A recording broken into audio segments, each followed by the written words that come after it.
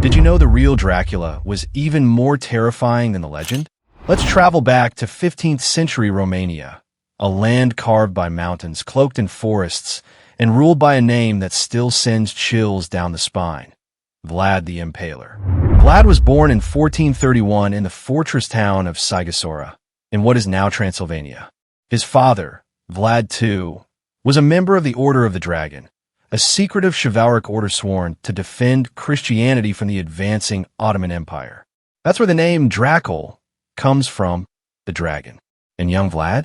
He was the son of the dragon, Dracula. But Vlad's childhood was no fairy tale. When he was just a boy, he and his younger brother Radu were taken hostage by the Ottomans. It was a political move, a way to keep their father obedient. But for Vlad, it was the beginning of something far more sinister. Years spent in captivity, surrounded by enemies, learning their language, their tactics, and their weaknesses. While Radu adapted and even befriended the Sultan's court, Vlad learned to hate. And he learned how to survive. When he finally returned to Wallachia, he was no longer a boy. He was a blade forged in fire. Wallachia was in chaos. His father had been betrayed and murdered. His older brother buried alive. Nobles, the boyars, had turned on his family. And Vlad? He would make them pay. Once he seized the throne, Vlad unleashed a wave of retribution that shook the region. He invited hundreds of boyars to a feast, pretending to seek peace. But instead of wine and diplomacy, he impaled them on stakes. Those who survived were marched on foot to build his castle in the mountains. Many died along the way. This was no ordinary punishment. Impalement was a horrifyingly slow and painful death. A wooden stake, sharpened but rounded at the tip, was driven through the body, avoiding vital organs so the victim wouldn't die instantly. Some lived for days, writhing in agony, on display for all to see. It wasn't just revenge.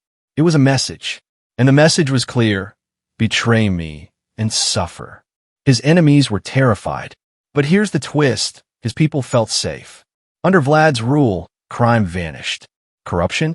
Erased. Justice? Swift and absolute. There are legends of golden cups left in public fountains, untouched by thieves. Merchants could travel through the forests of Wallachia without fear, because everyone feared what would happen if they crossed Vlad. But Vlad's greatest test came from the east, the mighty Ottoman Empire. Sultan Mehmed II, the conqueror of Constantinople, demanded tribute. But Vlad refused. Instead, he launched guerrilla raids across the Danube, slaughtering Ottoman soldiers and burning their camps. Mehmed was furious. He gathered a massive army, over 100,000 men, and marched toward Wallachia. But when the Sultan entered the land, he found not resistance, but hell itself. Entire villages were empty. Wells were poisoned. Crops burned. And then they saw it. A forest of corpses, 20,000 Ottomans impaled on towering wooden stakes, swaying in the wind like grotesque trees. The smell of death was overwhelming. Even the hardened soldiers of the Sultan's army were shaken. Mehmed reportedly turned back in horror, saying, "It is not possible to defeat a man who does such things." But power breeds enemies, and betrayal came again.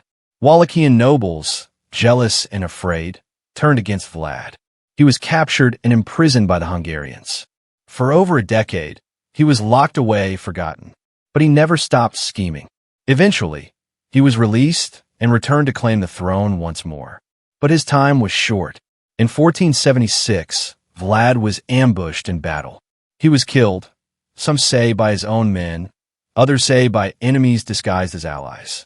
And just like that, the man known as Dracula was gone. His body was buried, but no one knows where. Centuries later, an Irish writer named Bram Stoker would borrow the name Dracula for his gothic vampire novel. But the real Vlad? He didn't need fangs to be feared. He didn't drink blood, he spilled it. He ruled through terror. He built order from chaos. And he left behind a legacy that still haunts Romania's forests and castles to this day. This was no myth, no bedtime story. This was Vlad the Impaler, the real Dracula, and he was far more terrifying than fiction could ever imagine.